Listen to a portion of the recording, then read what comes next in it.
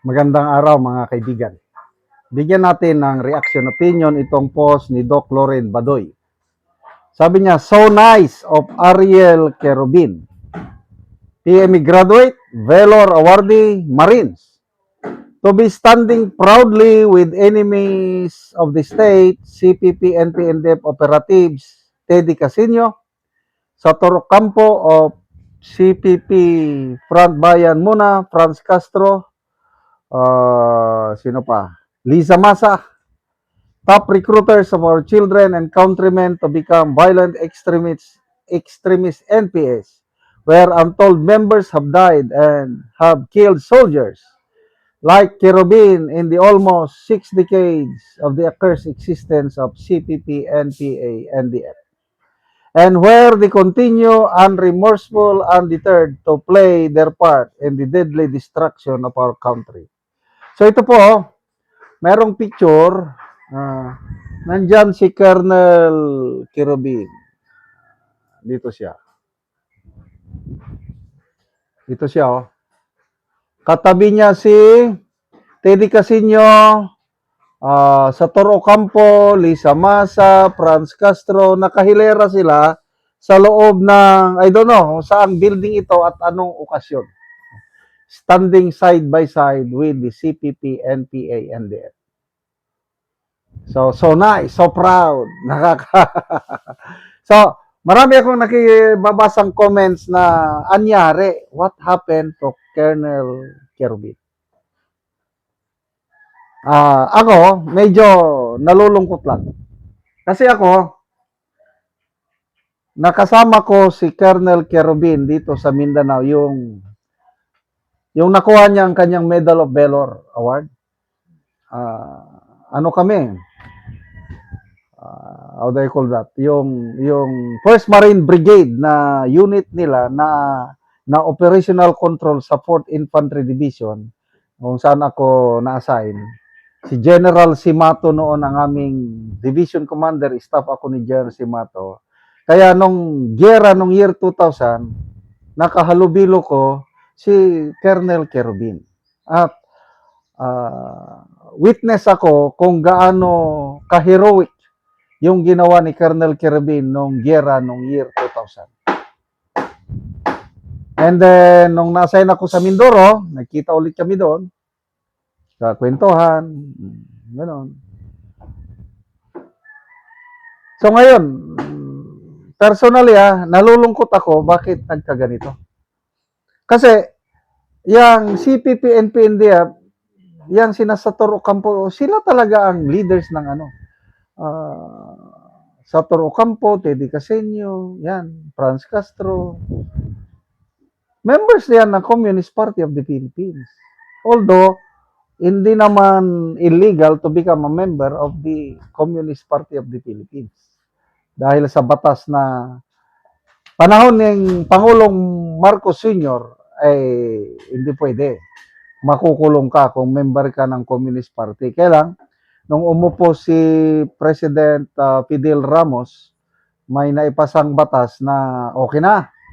Pwede na kayong mag-member ng Communist Party of the Philippines. So, ngayon, hayag sila na member sila ng CPP. Kaya lang, ang CPP, NPNDF, hanggang ngayon, sila yung nakipagyera sa ating bansa for how many long years? 1968, December, to be exact, nagsimula ang Communist Party of the Philippines. So, ngayon is 2026 na. How many years na yan? 57, 58 years na? Tama ba?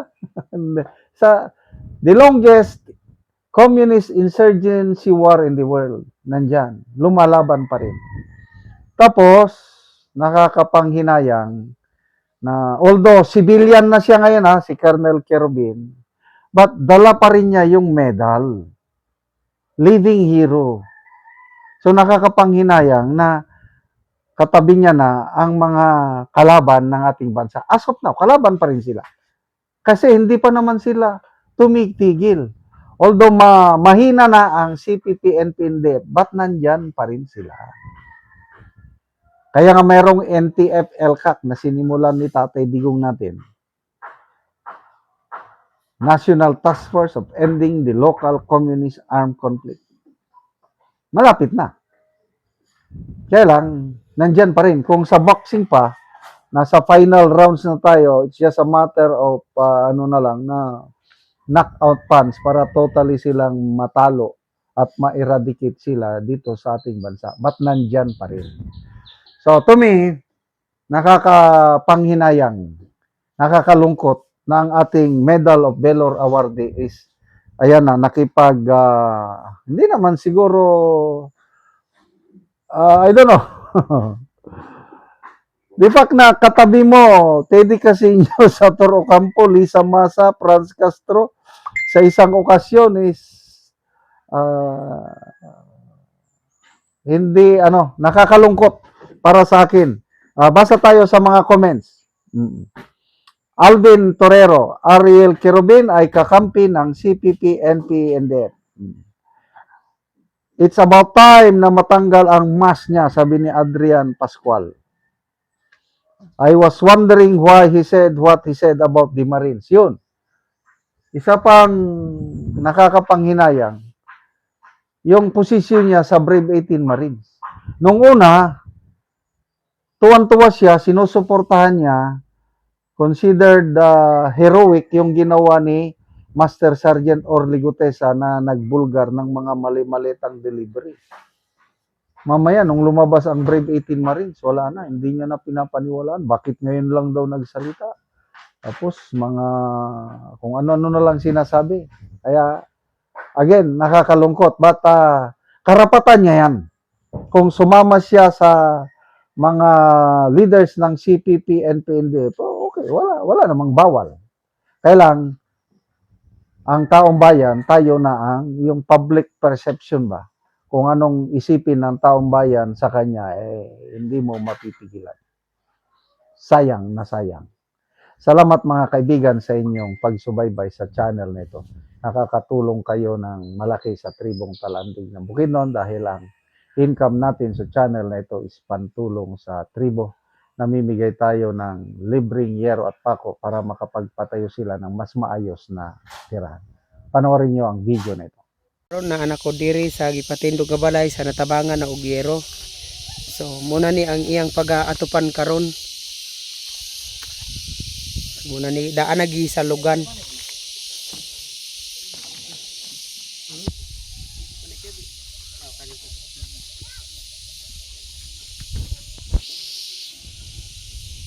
Og karon mo na ni ang yero nga among gihatag nga ilang iatop karon.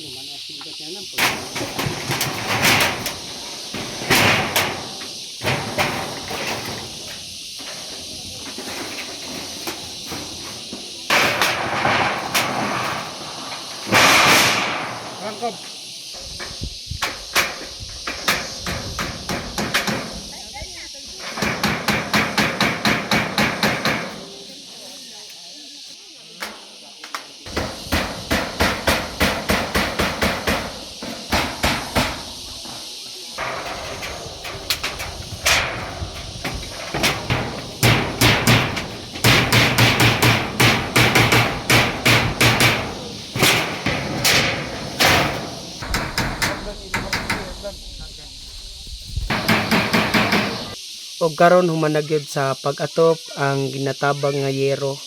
So makita gid nato nga nakaatop na sila sa ilang bag-o nga balay. Salamat gid sa Ginoo kay naay nagtabang sa amo og sen. Karon nakapatindog na gid mi sa among balay. Nga inaani karon kay ang among atop sa una kawayan lamang gyud. Og dili sad igo ang among kita nga kwarta kay kutob sa pagkaon. Daghang salamat. So wala mo igong ikapalit sa yero kay ang inyong pangwarta taman ra sa pagkaon. Tama na gid sa pagkaon among makita nga pangwarta. Daot unta nga mapadayon ni nga tabang para daghan pa ang matabangan kay naa pagdaghan nga kuan ang taog tabang nga mga tao. Salamat kayo. Salamat